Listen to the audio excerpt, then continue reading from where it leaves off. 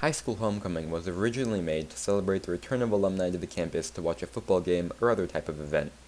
At Gunn, it's a week-long competition between each grade in order to celebrate school spirit, show off the unique talents of students, and watch the freshmen get disqualified for seemingly no reason. Despite some anger from a few of the grades during the week, homecoming is generally well liked by most of Gunn. It's a great way for the freshmen to get acquainted with their new classmates and get a feel for the school. The first mention of homecoming during the year is the theme reveal assembly. All of the classes are stuffed in the Spangenberg Theater and watch a short video made by SEC.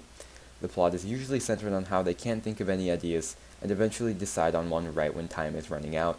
Joke's on SEC though, as I haven't gone to a single assembly since sophomore year. In fact, the only reason I realize that homecoming starts is when people show up to school looking like lobsters, olives, hippies, and freshmen. When homecoming does finally come around, you have an important decision to make.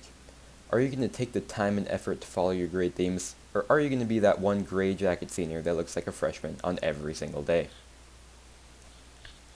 With your social status now firmly planted at the bottom of the ladder, you can start to look forward to the actual homecoming events.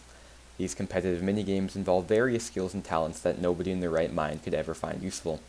One example is Stuff-A-Bench, where classes have to fit as many people as they can within a set area. This event is the only one where freshmen have an innate advantage, yet still manage to get fourth place every time. We then move on to Tug-of-War, where you try not to fall over when hopping the rails, and pretend to help your team pull a large rope. The final event I'll talk about here is Scavenger Hunt, which takes place on the final day of homecoming.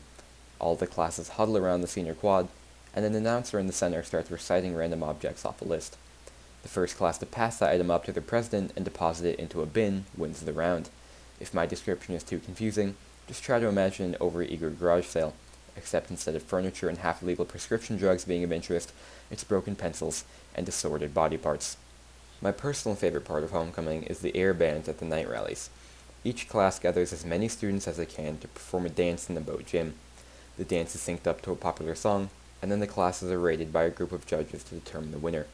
The choreography and training takes about 2 or 3 months, so when they get to the actual performance, the classes look like they know what they're doing. In reality, each individual is just trying not to look like Harvey Newland. Seriously though, massive props to the people who take part in air bands. It takes a lot of courage and self-motivation to perform in front of all the classes, and everyone usually does great. I think the only unfortunate part about the night rallies is how the rankings are pretty much predetermined, with the older classes almost always taking the higher spots.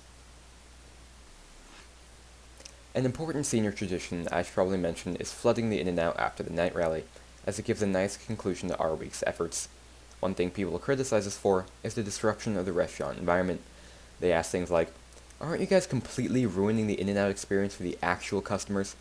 And my response is usually along the lines of, "Yeah, but hey, at least we didn't get kicked out of Happy Donuts." The final part of homecoming is the dance, which takes place on Saturday so your vocal cords have time to recover from Thursday's night rally. Once you finally get through the 2-hour line and watch the friend who drove you here fail the breathalyzer test, you can finally enter the boat gym. The moment you walk into the room, you're presented with a couple choices. You could walk to the actual dance floor and start grooving out to some generic 2012 pop music in a disgustingly sweaty environment, or you could play ping pong. If you choose to dance, there's a couple things you'll eventually notice. First, after about an hour, you'll find that all of your friends have seemingly disappeared in the sea of sweaty teens. Now, this could be due to a couple reasons. They've overdosed on methamphetamines, or they have a strong hatred for your basic personality. Either way, not too dissimilar from an average day. Now, even though my descriptions are pretty boring, I'll try to describe a classic experience at the dance. You walk into the room, the sounds of music in the air. You stroll towards the center, all eyes on you, and begin.